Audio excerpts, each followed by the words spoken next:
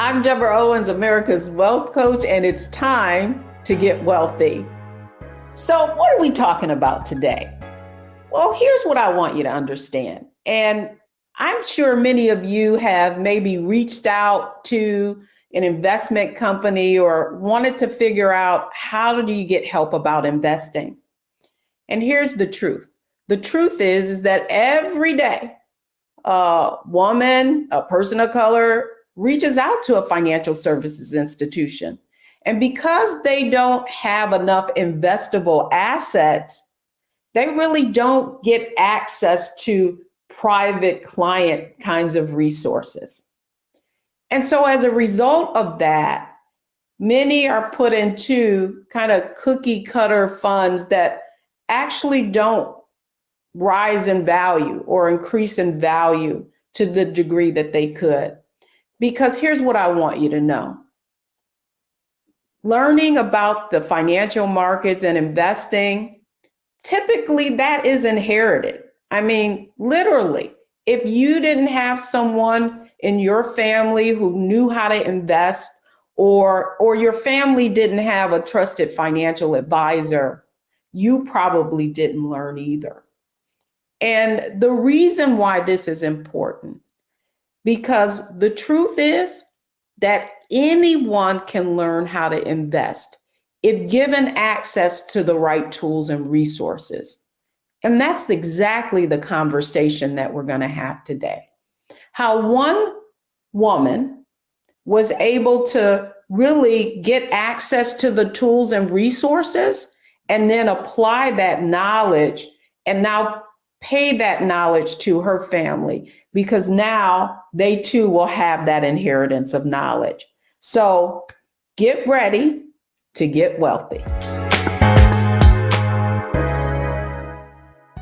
It's time to get wealthy. Now I want to talk about the 3 things they really don't want you to know. And here they are. The first is that investing in the stock market is high risk. Well, the truth about investing is that investing in stocks have outperformed any other kind of investment, whether it's investing through bonds or investing through a savings account. The one thing you have to get comfortable with, though, is knowing that your money's going to go up and down. That's what wealthy people know that most people don't. Number 2, it's just way too complicated. Well, you want to know the truth is that if you actually learn about the financial markets and how they work, it's really not as complicated as you think. And then lastly, that you need a lot of money to invest.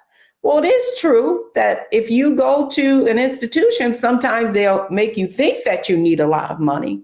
But what you're going to learn on Get Wealthy is that you can begin to invest with dollars and cents. You used to have thousands of dollars, but now you can invest through financial apps on the internet, and just know this, that anyone can get wealthy.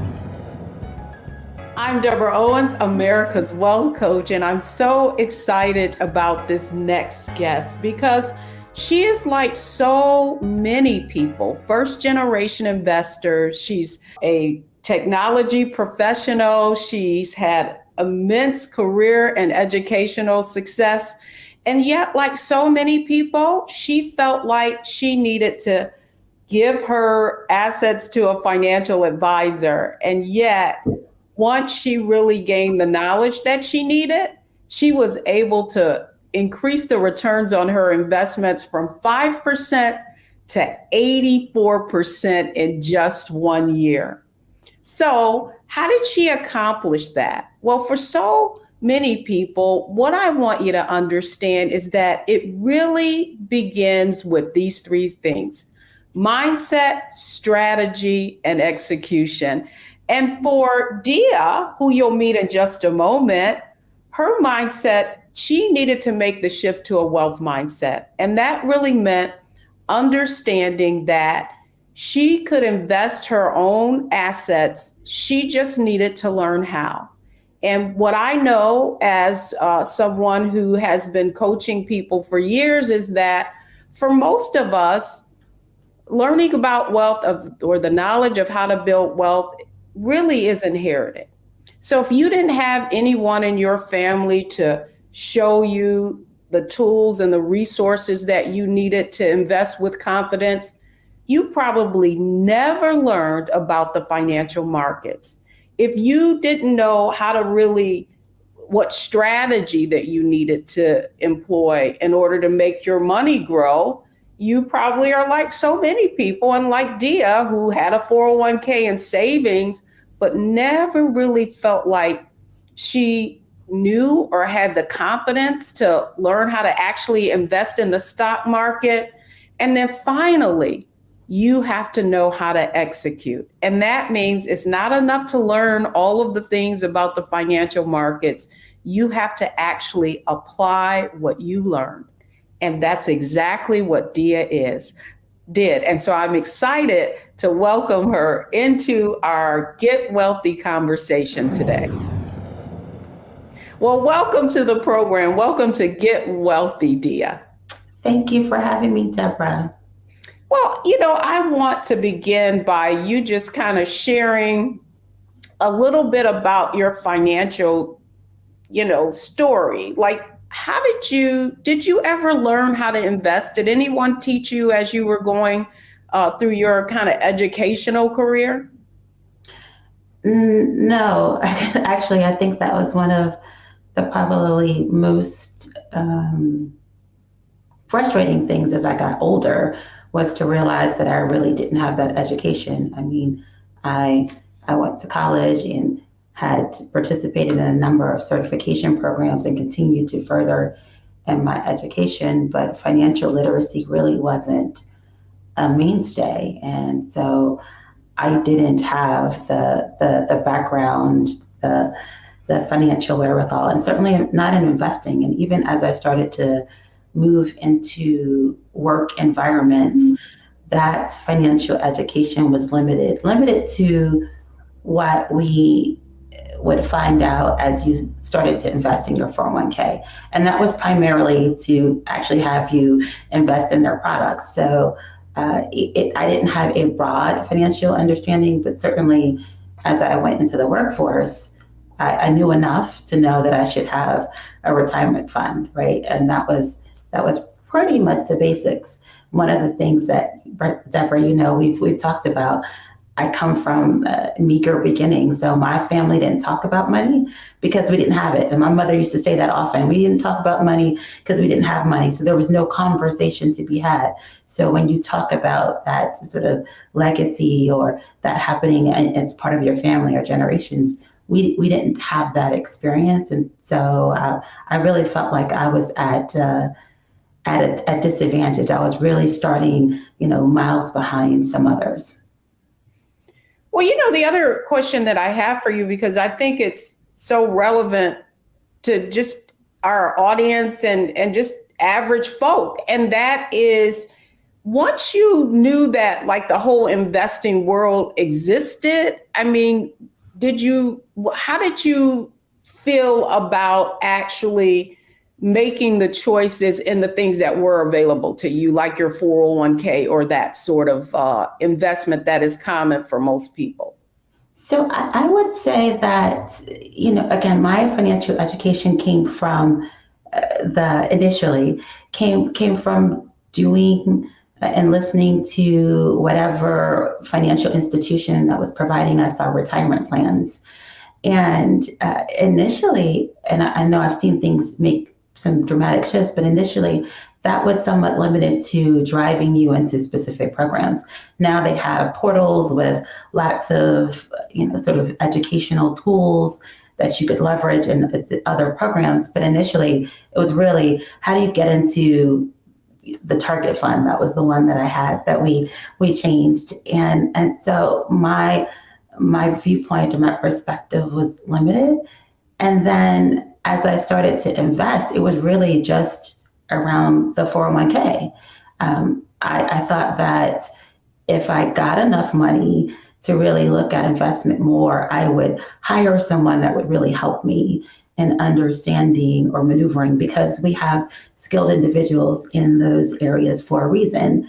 And I didn't, even though I know that I'm intelligent, I felt like that was an area that was for someone else to really help inform me, but not something that I would take on and learn myself and manage myself. So if I got enough money, I would bring someone in and they would pretty much tell me how to do, what to move, where to put things, and that was sufficient.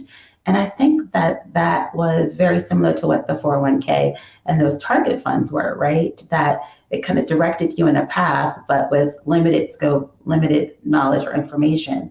And I missed opportunities to really maximize my investments and make more.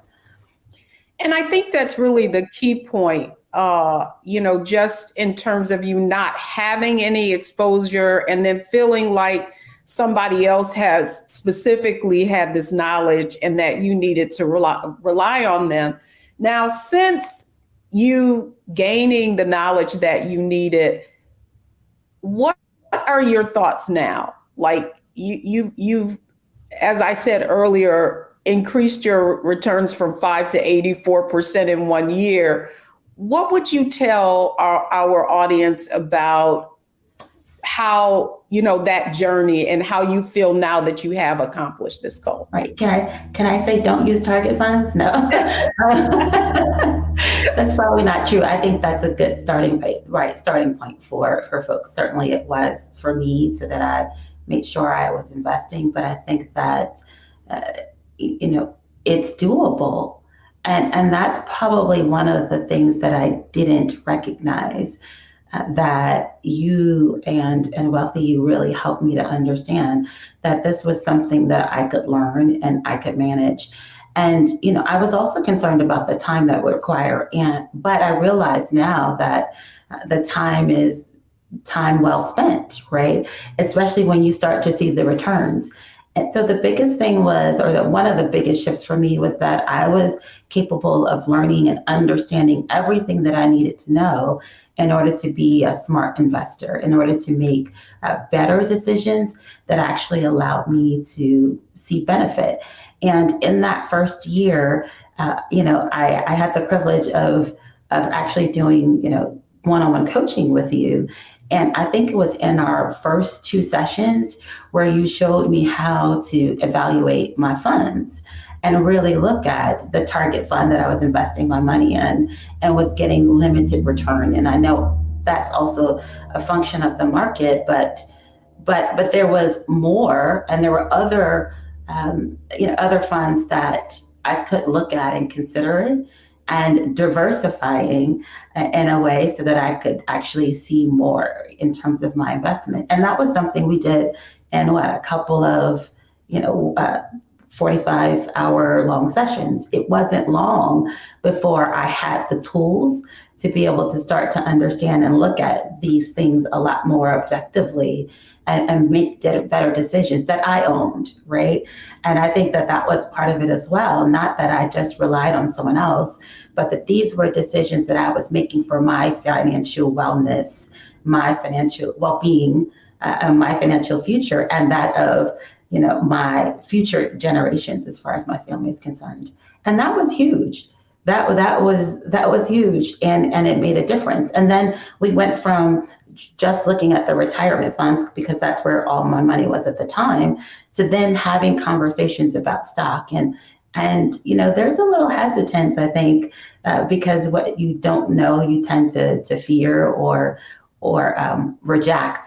And you made that understanding simple, right? And I think that was huge in terms of making the mindset shift that I needed. There's something that you say often, and that's you can't save your way to wealth. And my grandmother was one who saved money under her mattress or in the closet in a little box, and that was the extent. We knew that there was some value or need to save a little bit, but that didn't do it. That didn't get my grandmother out of the projects, right? Just saving a little bit of money. And not saying that savings is not good, but that alone wasn't enough to see the kind of changes that I wanted for myself and for my family. Oh, that's, it's a great, and that's what I want our audience to understand. It's a great segue into our next conversation with Diya. And it really is about exactly what you said. You can't save your way to wealth. You must invest. And that's making that shift to a wealth mindset. So when we come back, we're going to talk about the mindset shifts that Diya had to make in order to achieve, to go from 5% to 84% return. So when we come back, you're going to learn a little bit more about mindset, strategy, and execution.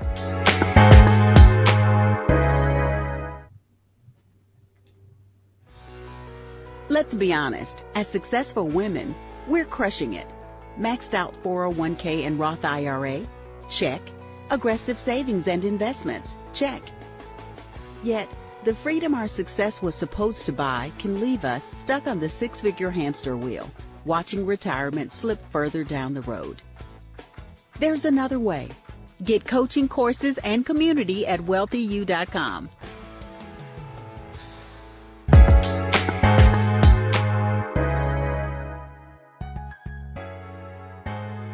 So welcome back to Get Wealthy. I'm really excited about this conversation, and I hope you are too. Diya Nguyen is just sharing with you, all of our audience, her own journey to wealth. And right now, what I want to do, Diya, is just talk about, the kind of mindset shift or beliefs that you had. And I think you referenced that by saying that you saw your grandmother saving, and now once you had your own kind of transformation, you now realize that you can't just save your way to wealth. And so to that end, like, what kind of changes in your belief system did you have to make in order to have the courage, to invest? And I think one of the points you made was that once you started investing in stock, that fear of loss. So just internally, what kind of beliefs did you have to change in order to really allow yourself to take on more risk? I think the first was that I had the capacity to learn this and understand what was necessary. I think that was a big mindset shift, right? Because again, I mentioned that I thought others had the expertise and they could help guide, but not necessarily that was something I would do myself. And then I think the other was, willing to take the risk. I remember when we were first starting and I had selected in my target fund what was supposed to be aggressive, right? And you looked at that and you said, this isn't aggressive at all. And so the notion of taking on additional risk or being aggressive in terms of my choices and even in investing in stock was a big shift for me. And we make choices every day that are considered or could be considered risky, but was I willing to take that same kind of risk for a different financial picture than what I had? And I think that was the other big one. And now, it's not just stock. My next step was real estate. And then I'm looking at what else can we do and what other things can we move into, what other vehicles are available so that it just doesn't have to be this one thing. And again, you've often talked about diversifying.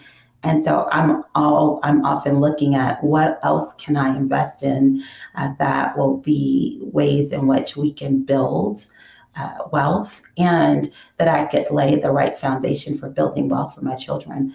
And so the biggest thing was, again, that shift in willing to take the risk from a mindset perspective. And I think, perhaps it was, a little inner tenacity, not wanting to sort of live into the same experiences that my mother, my grandmother did, and wanting something so much more. Well, and I love how you characterize that. It's almost as if the more you did, the more confident you became, and the more curious you became over other opportunities, right? So when we come back, I want to continue this conversation with Diya around mindset, because what she just described was really making that shift to a wealth mindset. And what you need to understand about investing or taking the kind of steps that Diya has taken is that the only reason you haven't taken them yourselves typically is because this knowledge is inherited. And so when we come back, I want to delve in a little bit more into mindset and beliefs that Diya had to shift to in order to now start making the kinds of investments that she's doing outside of just her 401k.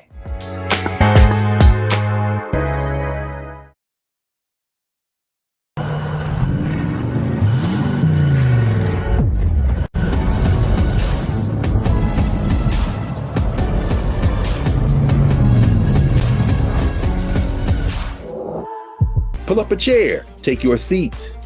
The Black Tape with me, Dr. Greg Carr, here on the Black Star Network. Every week, we'll take a deeper dive into the world we're living in. Join the conversation only on the Black Star Network.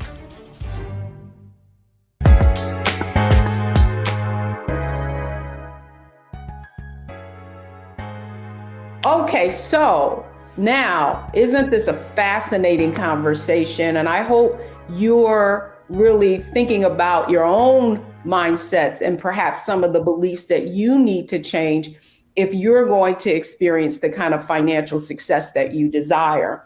And so now what I want to talk with Diya a little bit about is her financial foundation, her beliefs. And I want her to think, so Diya, my question to you really is, if you were to think about your first experience with wanting to grow your money, what do you think about in your, even as you grew up, it could be as a child or even high school or college?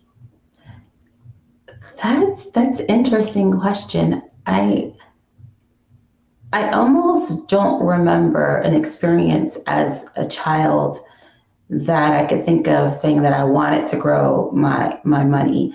I knew that we didn't have much, and so we wanted money, and we thought the way to do that, or the way to build that, was to go to school, get an education, and get a good job, right? And savings had to be a part of that, and you wanted to do something as far as retirement, but outside of that, grow your money, I don't know was a consideration. You worked. Right. I think that was the sort of common, or prevailing thought. You work, you get a good job, and that's how you come out of the experiences, or come out of the hood, or come out of poverty.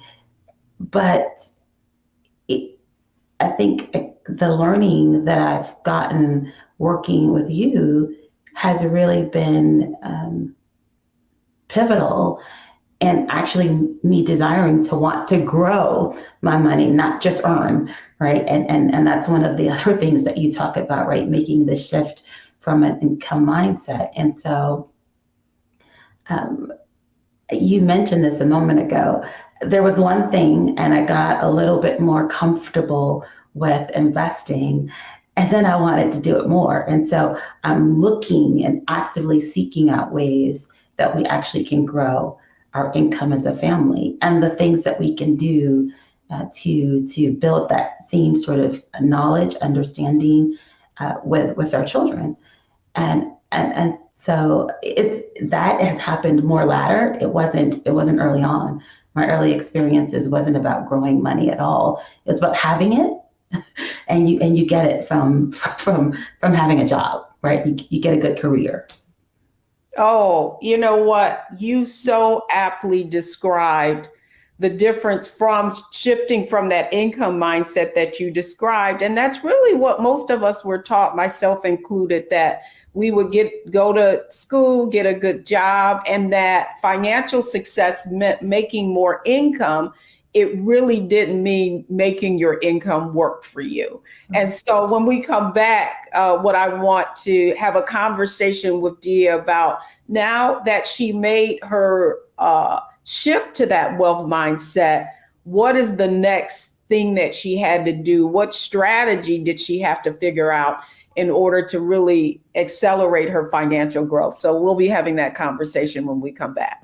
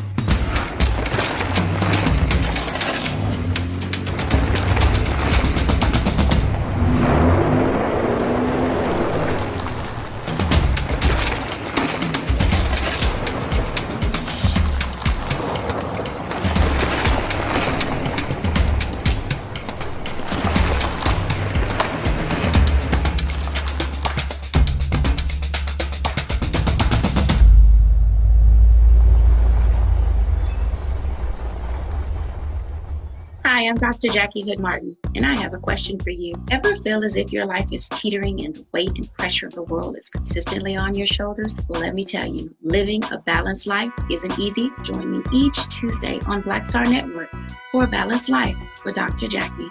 We'll laugh together, cry together, pull ourselves together, and cheer each other on. So join me for new shows each Tuesday on Black Star Network, A Balanced Life with Dr. Jackie.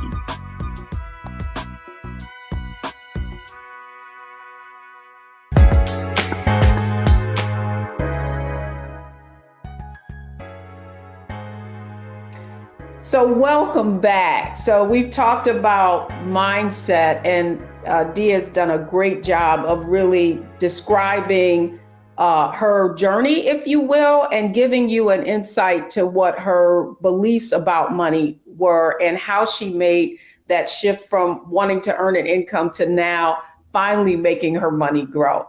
And so now what I'd love to talk with you, Diya, about is strategy. Right. So one of the points that I like to make is that everybody has different opportunities in front of them that if they were to identify, it would help them accelerate their financial growth. And certainly you going from 5% to 84% in just 1 year in terms of investing. Talk to us a little bit about, you learned the tools, you got access to the tools.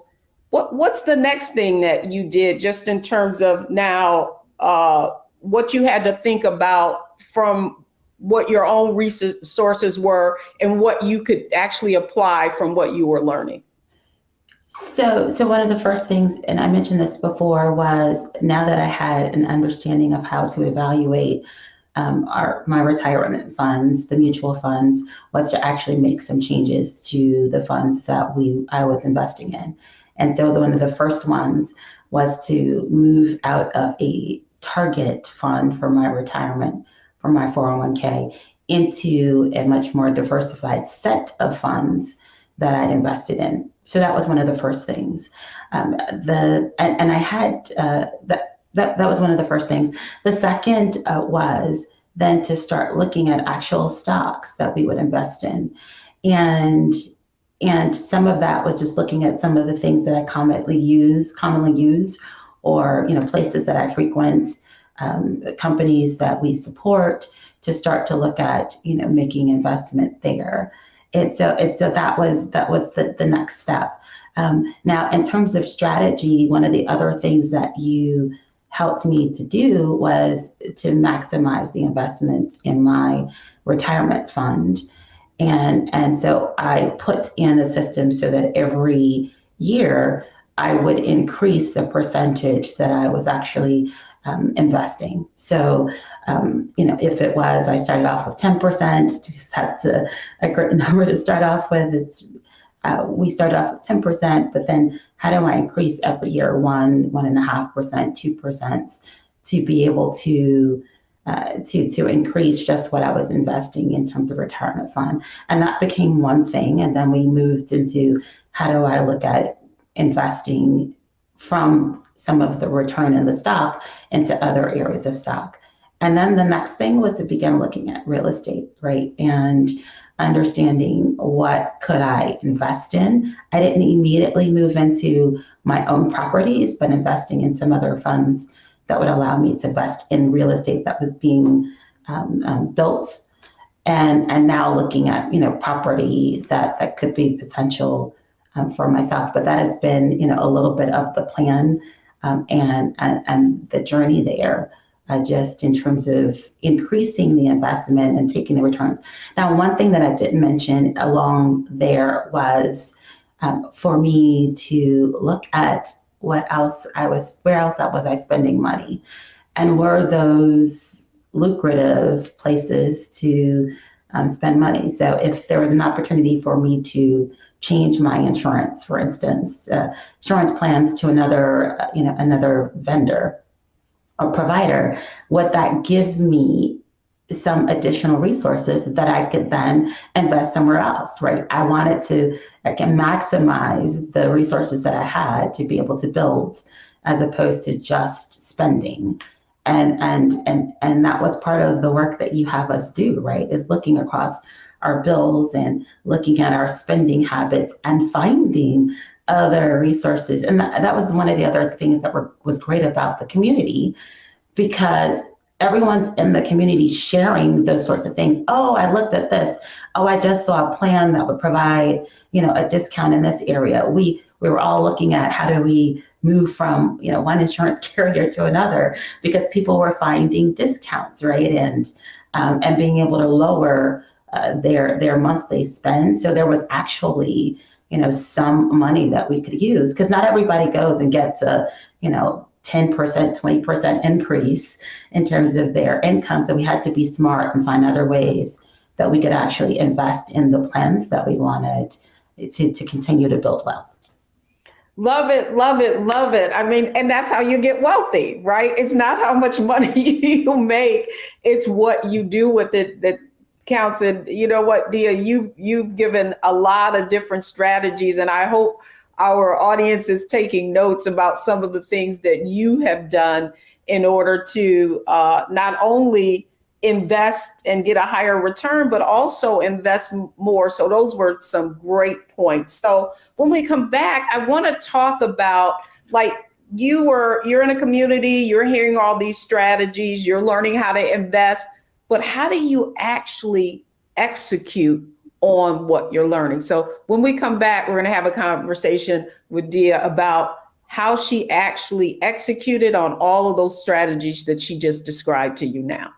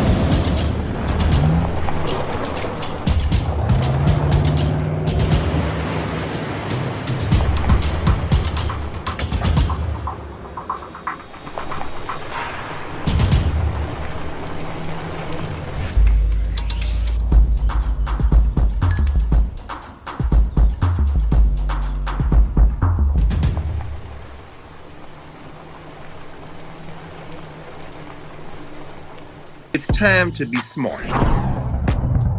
Roland Martin's doing this every day. Oh, no punches! Thank you, Roland Martin, for always giving voice to the issues. Look for Roland Martin in the whirlwind, to quote Marcus Garvey again. The video looks phenomenal, so I'm really excited to see it on my big screen. Support this man, Black Media. He makes sure that our stories are told. See, this difference between Black Star Network and Black-owned media and something like CNN. I got to defer to the brilliance of Dr. Carr and to the brilliance of the Black Star Network. I am rolling with Roland all the way. Honored to be on a show that you own. A Black man owns the show. Folks, Black Star Network is here. I'm real revolutionary right now. Like, wow, Roland was amazing on there. Stay black. I love y'all. I can't commend you enough about this platform that you've created for us to be able to share who we are, what we're doing in the world, and the impact that we're having. Let's be smart. Bring your eyeballs home. You can't be Black-owned media and be scared. You dig?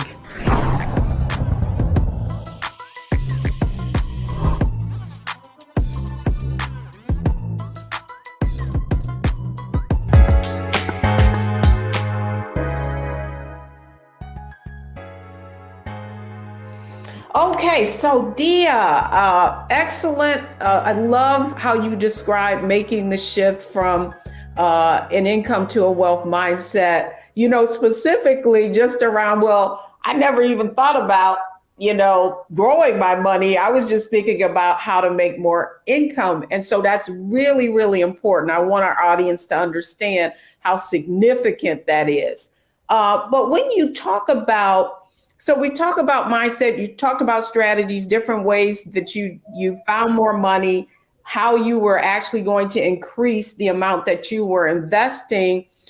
How did you now take in all this information and now say, okay, I'm going to execute on that? What advice would you give people about execution on the ideas that you're sharing with them today? The biggest thing was investing the time. So I didn't pay as much attention to my 401k plan, right? You pick the target fund, you put your money in there, and you get a monthly statement perhaps, or maybe quarterly. And those were the times, because in my mind, we said the investment was long-term. So you put it in there and you try to leave it so that you're not thinking about what you lost or what you spent or the fluctuations that you might see in the market. And so the thought was, put it in there, don't really look, don't pay attention. And I didn't spend a lot of time at all looking at my resources. And so one of the biggest things in terms of execution was actually allocating time. And initially it was weekly, right? Because I was doing research and I was studying, and we had, the steps that we go through to look at mutual funds and stock. I don't spend that same kind of time now, but initially I spent and had to allocate time on my calendar once a week to actually do some work, right? To look at and research funds or research stock, look at other, opportunities for investment, see what other people were doing.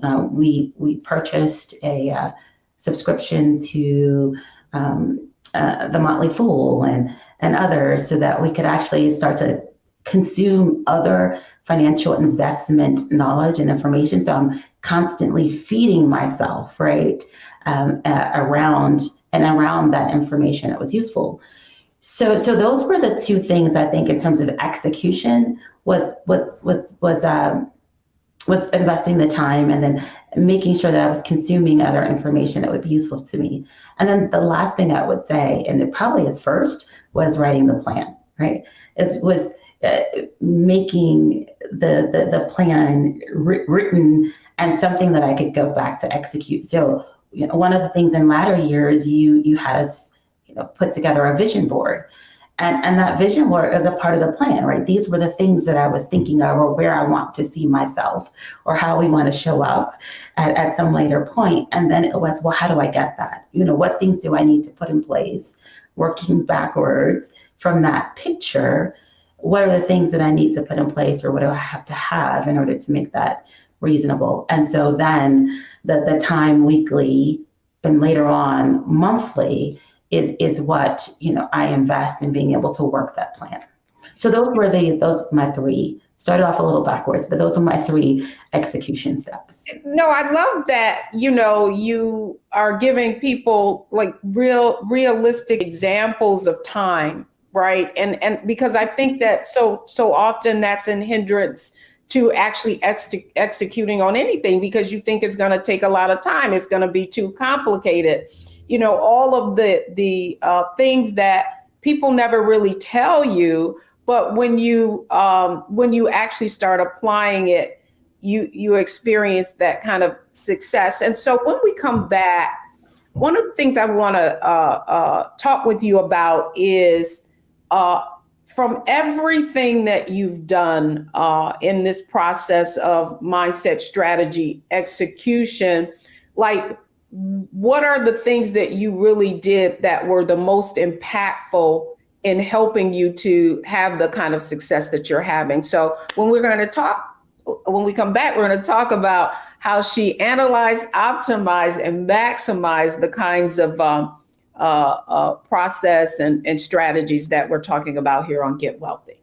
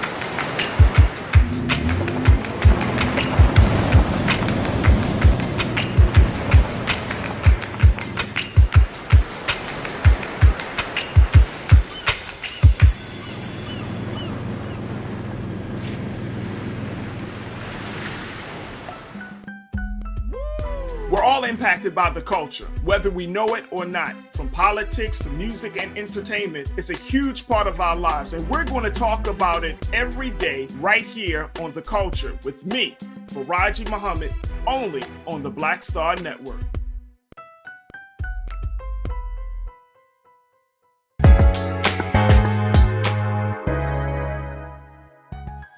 Okay, so man, we've covered a lot of different concepts with Diya, all about getting wealthy. And if you'll think about, I hope you're taking notes and you're thinking about specific strategies that she used in order to accelerate her growth. But now what I want to talk with Diya about is not only the process of the concept of mindset, strategy, and execution, but how you do things in real time. And so I want to start with what I think is the most important aspect of it all that you've talked about today. And it was, here you had access to all of these options through your employer, right? And you talked about target date funds. So I want to explain that. Just target date funds are where you pick a date that you're going to retire, and then the investment company sort of puts a group of funds together for you. Now, when we started out with you kind of looking at your returns, I mentioned it was 5% initially.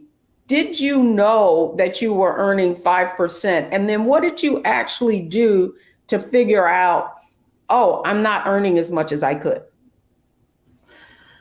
Well, so did I know? I think at times I knew because we get a statement. But again, my mentality was you put your money in there and you leave it, right? Because it's for retirement and it'll grow a little something along the way. And so there were fluctuations. I think I might have gotten up to 11% at some point, right? But there were fluctuations in what I was getting in terms of return. But so yes, I had some general knowledge of that, and I could go into the portal and look at any statements at any point of time and see or have visibility into what was happening with the fund. But my mindset was this was a long-term investment, and so you leave it there. And I didn't really move it. And I know some people do, they go in and move their stuff around, but the intent, as you mentioned, of the fund was that it's preparing me for retirement later on. So I just put the money there and kind of let it alone. And so I didn't really pay much attention to the fact that it was kind of low. And with the information you provided, when we started to look at the plan and approach for evaluating the funds, I actually went back to the same portal for that financial institution, and I looked at the other funds that they had as well. And there were some that were not target funds that were getting better returns in the last year or 5 years. But then you had me look at that in comparison to information on Morningstar and Yahoo Finance and one or two other sites as well. We were going to be able to piece together, the different parts of the story so that I could evaluate the funds really well. And so I went through those as well as thinking about the diversification. So did I have a small cap fund or a large cap and mid cap? And, do we consider international funds or not? And any other social funds, right? And so we looked at those categories, and you gave us a mix with which I could then find a few funds that would have the kind of returns or better returns than I was getting from the target fund. And ones that I understood what also they were investing in to make a good decision about what was now going to be my portfolio mix for retirement. And then and then I made the change, right? And that was one of it was probably the aha moment, right? Because I made the shift in terms of where my money was allocated. Both what was already invested and future investments made that shift. And then I watched within the first quarter, I saw a huge shift in terms of my return. Now, again, I know that has some to do with what was happening in the market at the time, but some of that shift was really about putting my money in places that were doing better. And I didn't do that before because I just used what was recommended to me as opposed to evaluating the performance of the fund and understanding what it invests in and what that means so that I can make better and more informed decisions. Well, I think what's really interesting too, and what I want our viewers to understand is sometimes we think that it's going to take a long time to make changes. And certainly I appreciate what Diya had said, certainly the markets have been up. And so that's one of the reasons that she had, a pretty good return quickly. But I think the most important thing that you said was that it was right there. Right? But you didn't understand what was in front of you. It was there. Yeah, it really was. Yeah, so you were kind of like standing, 2 feet away from gold, but because you didn't understand what it meant, you didn't really know what to do. So the next aspect that I really want to talk to you about, Diya, is so you analyzed it, you moved the money, you started seeing returns, better returns. And then how did you maximize that now? So now you're like, oh man, I did this. So how did you really take advantage of, now that you knew how to apply this, what other areas outside of just your retirement account did you start to, apply that same kind of process? Well, so I didn't do anything more with mutual funds, to be honest, right? Okay. My retirement fund was the only thing that I have mutual funds in. And so once I made that move in as far as better fund choices, and I put in place the system to increase my investment there annually until I was maxed out. I then moved to stock. So mutual funds, really the only place I have mutual funds at this particular time is in my retirement investment, and then I moved to stock, right? And so I started using, your approach, started looking at how do I now invest in stock. And that was, leveraging a very similar process as far as evaluating stock options, or stock and what stock would be good for me to invest in. But that was really the next move. It was now that we've tackled this particular area or challenge, and we have that a little bit more on autopilot in a better position. Now let's look at something else. Excellent. So you analyzed, right? And you sort of optimized. And so now you're talking about going into stock, right? And investing in stock. And when people hear, it's one thing to be in a mutual fund, where other people are talking stocks.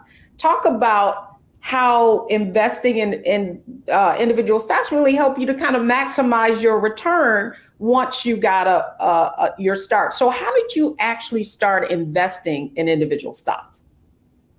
Like, what mechanism did you use? So fortunately, I had 401k in 2 places, and that meant that I had 2 financial institutions with which I could go to that were already providing services for myself, and then I could open up another account specifically for to invest. And then I also used, so I had opened up a share builder account some years ago for my sons, just as a small way to invest, and it got moved around. It was finally E-Trade. And so that was an easier site, I felt, to start off with investing. So I had a couple of others, financial institutions that we had, and I could use those, but I actually ended up starting using E-Trade as my first platform to be able to purchase stock. And I took a little bit of money. It wasn't a lot. I think I had $500 and started off there. But I had a list of stocks that I was considering as a result of looking and working through the process that I thought were going to be lucrative. And I put those in my watch list. Some of them I was not able to purchase initially at all. I didn't have enough to be able to start off, but I kept looking at those. I kept watching those. And then I go back and look at others, occasionally. And one was Shopify, right? And it was really low at the time.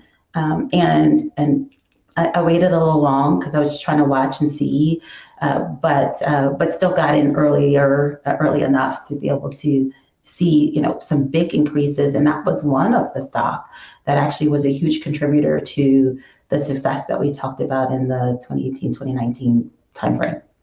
Wow. Well, you know what, to that end, I mean, you've given our audience so many nuggets just around how to analyze, optimize, and maximize.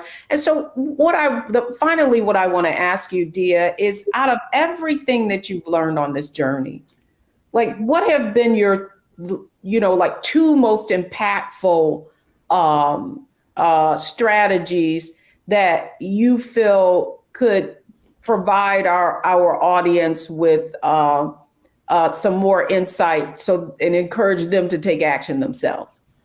2 most impactful? So the first was making the investment in my financial well-being with Wealthy You. And I know that sounds probably a lot like a commercial, but I had worked with other programs before.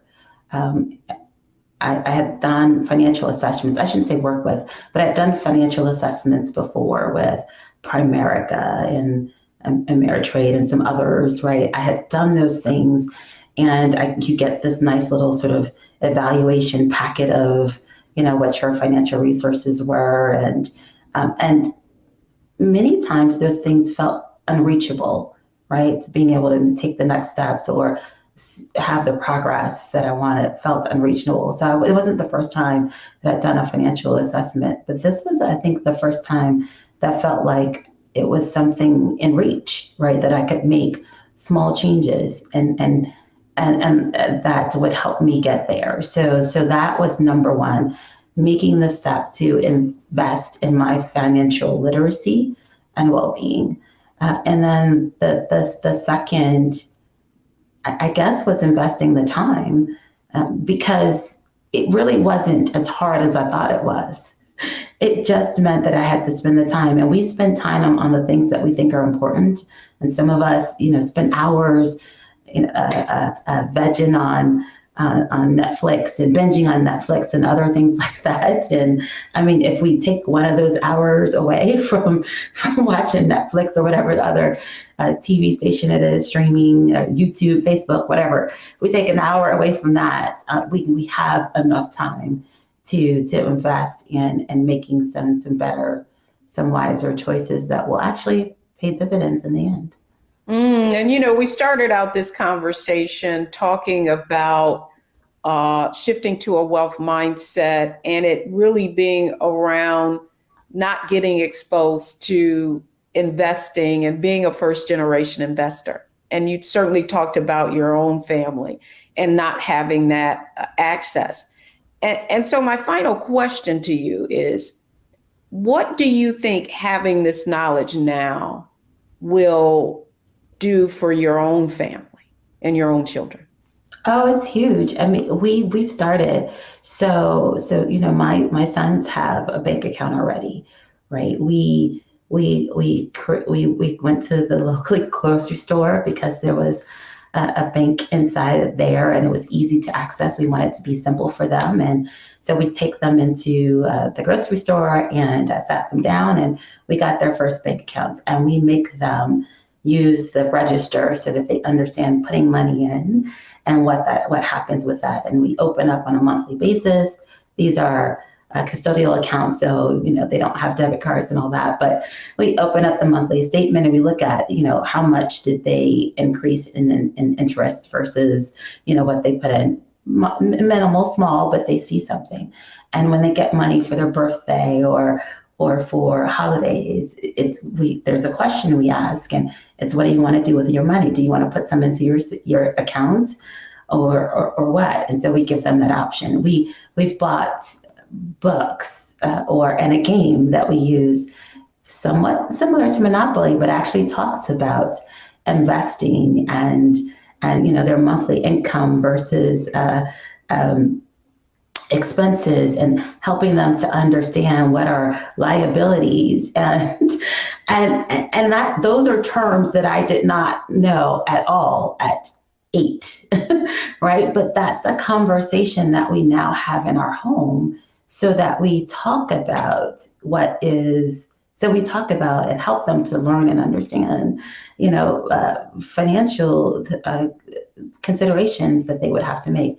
We talk about what it requires to buy a car and interest and all that stuff. I didn't know any of those things. We had none of those conversations. And when my son thinks that, I can just use a credit card and go buy whatever it wants, we have a discussion about what that credit card means and where does the money actually come from. And so the experience that I had and the confidence I have and now changed it. And what did we do? Every one of my nieces and my nephews and my kids, they got stock for the holiday. We didn't buy anything elaborate or whatever, but we went to stockpile and we bought them, a share of something along with a toy, so that they would. So if they like Barbie dolls, they got Hasbro, right? If they're playing video games, they got Nintendo. We did those things so that we could start teaching them, and that was huge in terms of the investment. No, we don't have millions of dollars that we could put into funds and just give them yet. but I think we're paying a lot forward in terms of giving them the knowledge and education that they didn't have. And so all of my nieces, they have at least one of something that they play with or interested in, just to start getting them understanding what it means. And I think that that's going to be invaluable starting at 6 and 8 versus starting in your 40s, right? To understand this. Love it, Diya. Well, you just put a button on it because truly the knowledge of how to build wealth is the most valuable asset of all. So thank you for coming on Get Wealthy. Thank you for having me. And thank you for the work that you do, Deborah. Thank you for being here. Coming up, the 3 things you need to know to get wealthy from today's show. I'm Deborah Owens, America's Wealth Coach, and my new show, Get Wealthy, focuses on the things that your financial advisor and bank isn't telling you, but you absolutely need to know. So watch Get Wealthy on the Black Star Network.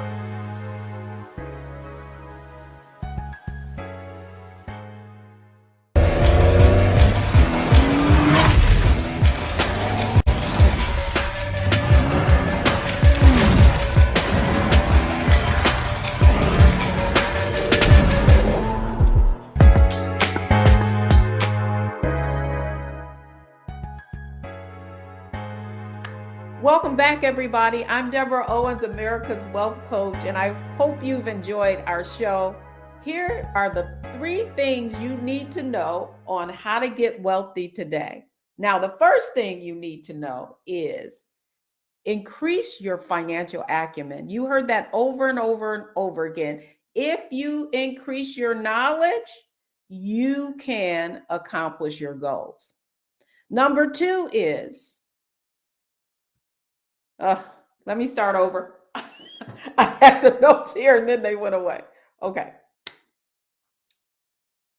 Welcome back, everybody. I'm Deborah Owens, America's Wealth Coach, and it's time to get wealthy. And here are the 3 things that you need to know or have learned in today's show. The first thing is, you know what? If you increase your knowledge, if you focus on increasing your financial acumen, you can build wealth. Number 2 is what you'll find is that as your knowledge increases, so does your confidence. And we certainly saw that with Diya. She went from investing in mutual funds to investing in stocks. And then finally, it's not enough to just invest in whatever plan is available to you. You've got to expand your options and your access to investing so you can really learn how to make your money grow.